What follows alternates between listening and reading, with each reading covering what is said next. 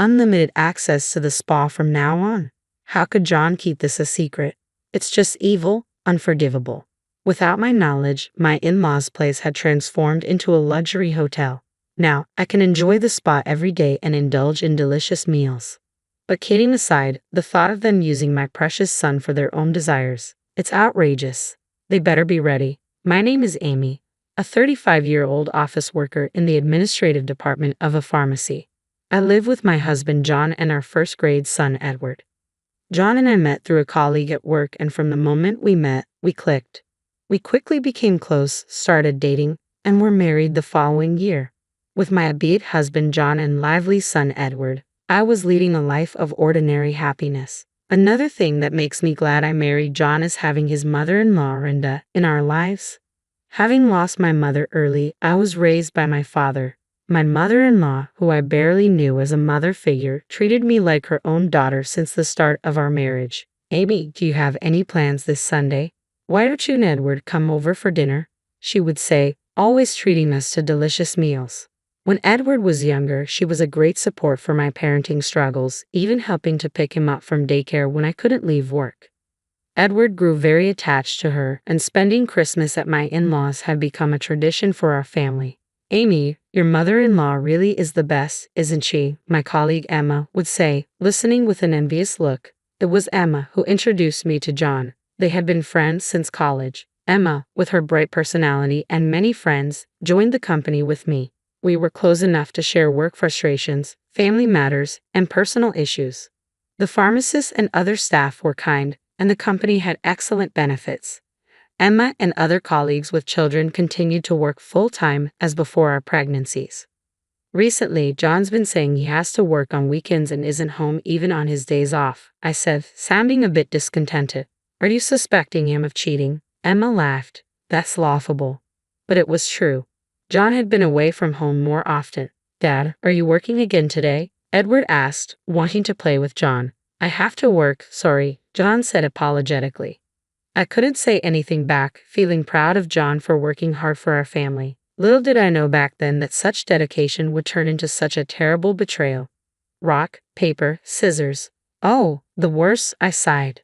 My workplace is usually closed on Sundays and holidays, but about once a month, we're on duty for the hospital gate on Sundays. Accordingly, our pharmacy also opens. It seems Christmas is our turn this time. We played rock, paper, scissors to decide who would work. Unfortunately, I lost.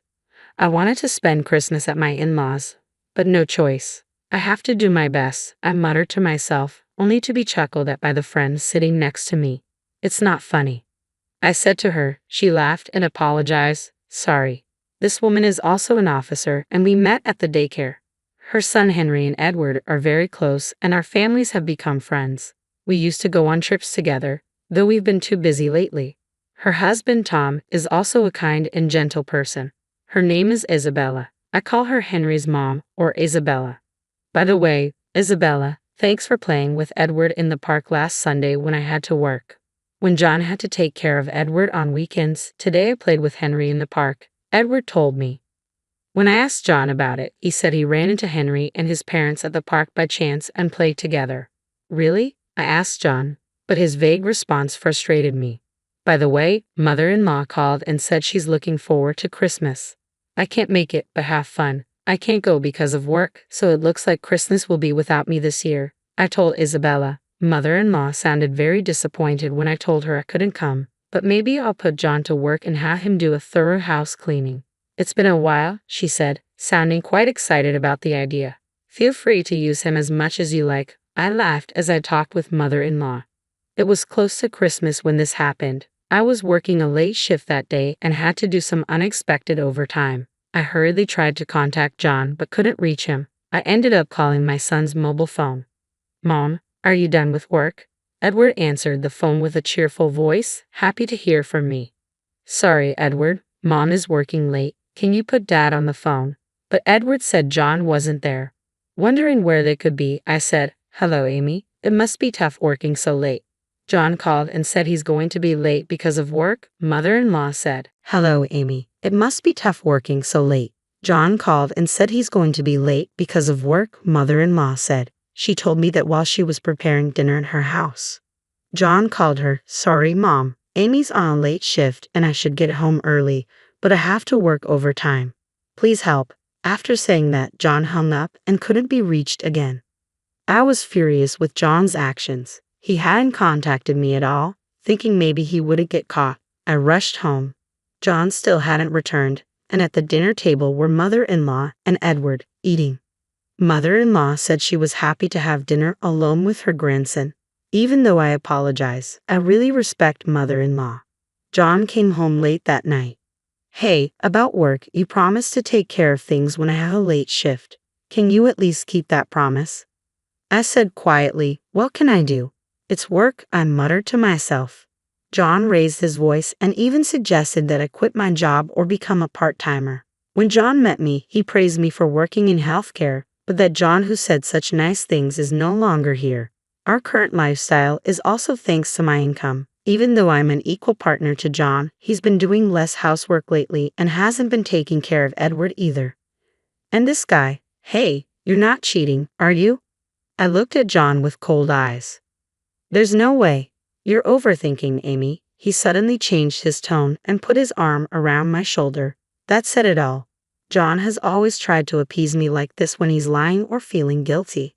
How dare he cheat? He better be prepared. I was glad Edward was asleep. I didn't want to show our son such an ugly fight. From then on, we acted normal in front of Edward, but when it was just the two of us, we hardly talked or even made eye contact. When I told my colleague Emma about what happened, she said, "That guy is the worst. Let me know if you need anything." That was a cool thing to say. Days passed, and before I knew it, it was Christmas Eve. Take good care of Edward, will you? Say hello to Renda for me, I said to John, but as usual, he didn't even meet my eyes. I'm off then, he replied indifferently, and John and Edward left for my in-laws' house. What's with that attitude? It's so annoying, I thought to myself. I spent a lonely Christmas Eve alone in our eerily quiet house.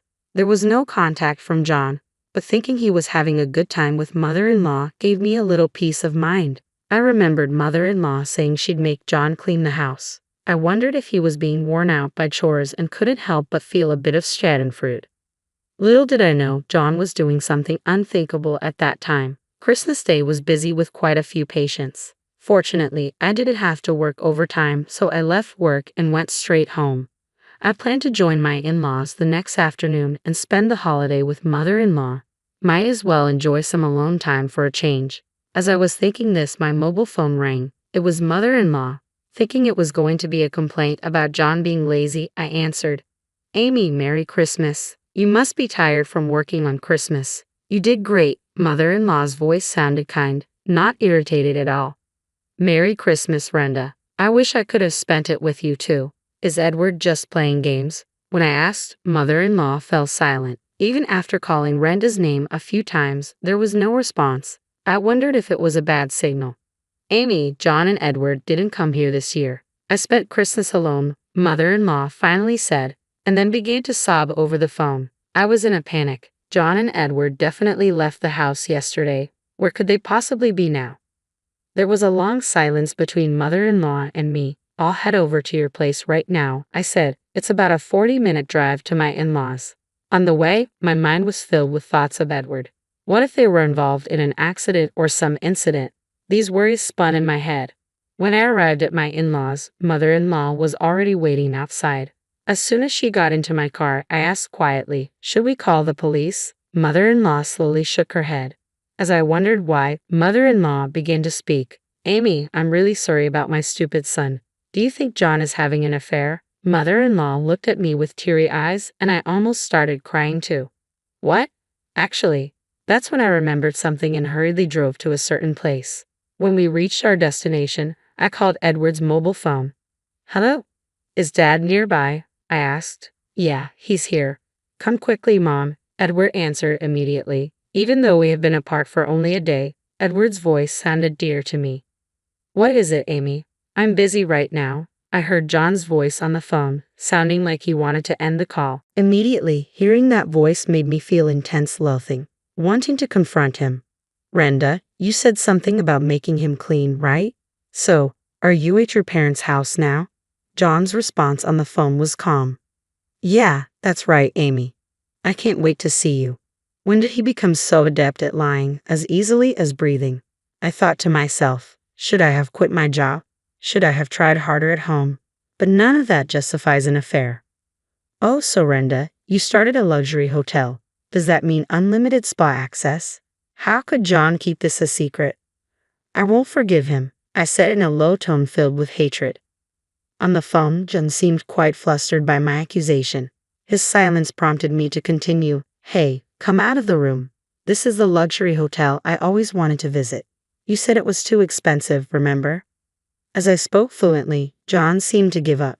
I'm sorry, he said in a barely audible voice. I found this place using the GPS on Edward's mobile phone. This hotel, not far from my in-laws, was the place I wanted to visit. The fact that John, who said it was too expensive for me, was enjoying himself here with his mistress infuriated me. Perhaps it showed on my face because on the way to the hotel, mother-in-law kept apologizing. It was then that I found out for the first time that when I worked late shifts, mother-in-law was almost always the one taking care of Edward. I hadn't noticed because she would return home before I got back.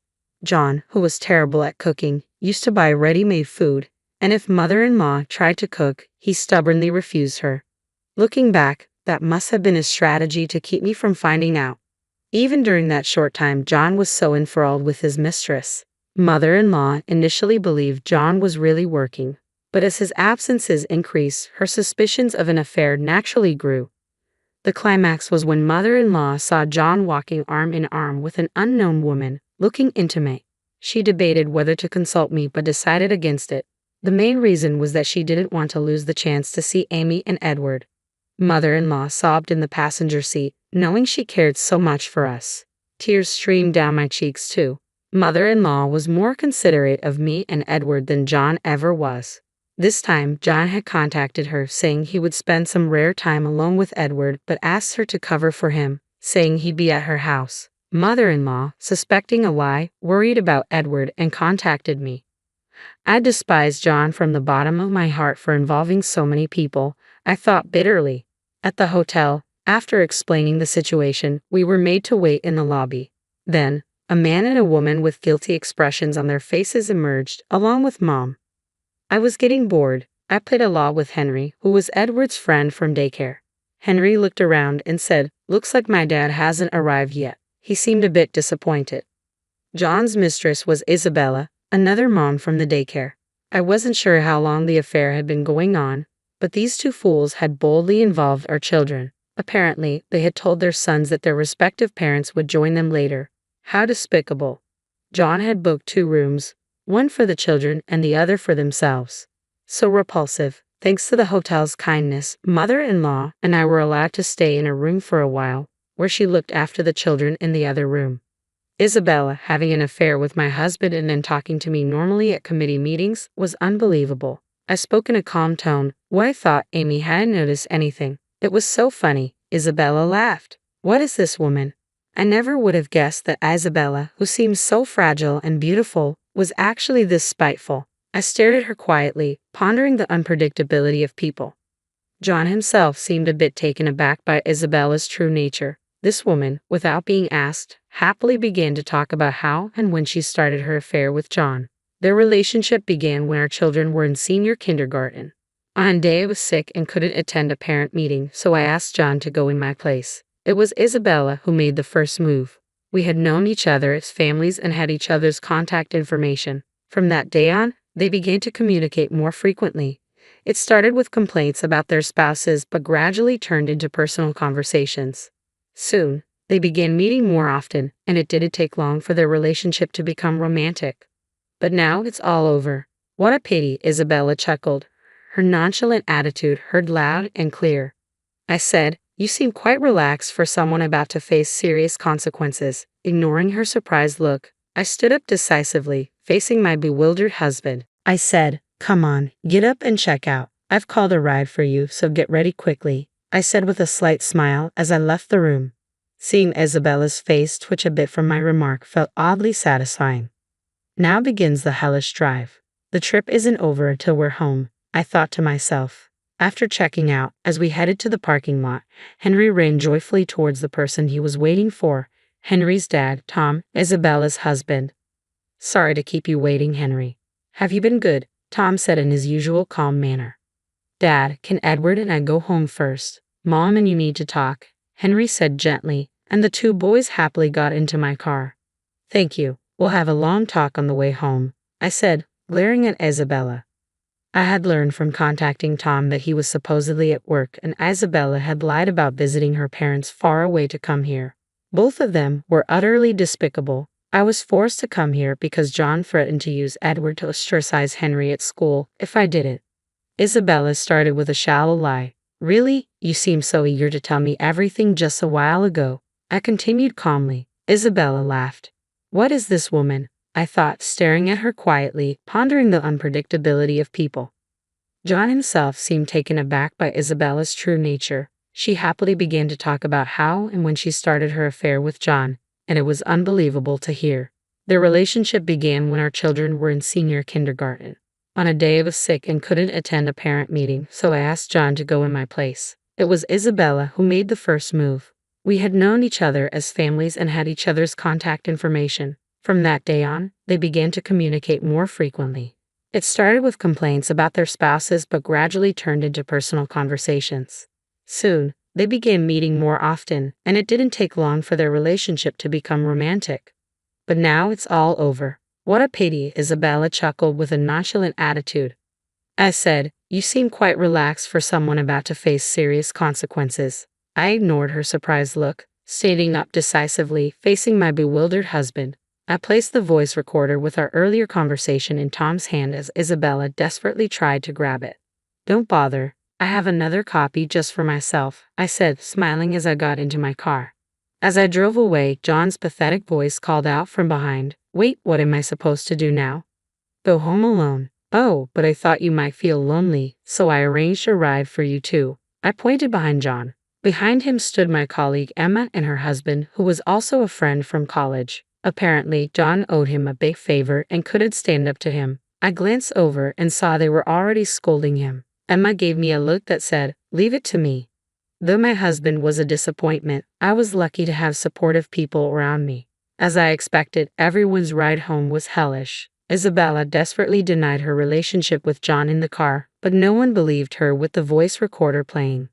Eventually, she admitted to having other affairs. I don't know if John was serious, but he was the one being played from the start.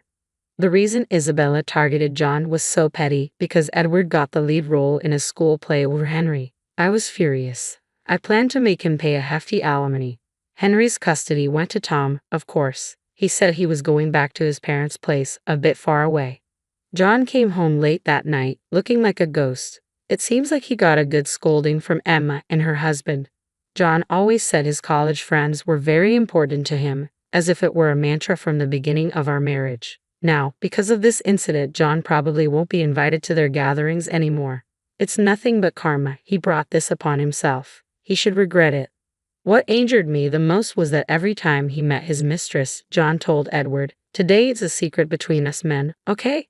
Don't tell Mom. Edward kept that promise and never told me anything.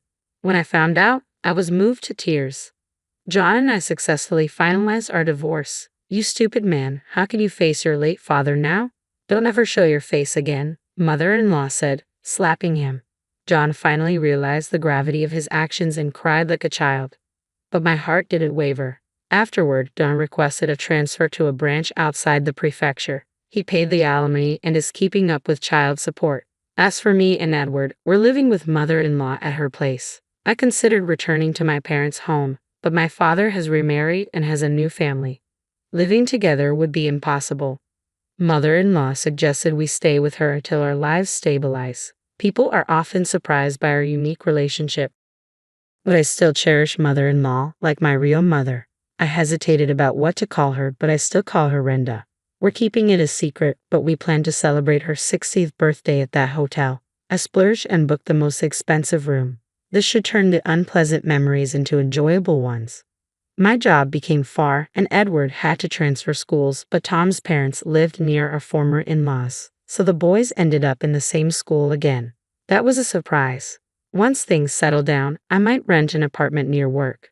But for now, I want to cherish this time a little longer.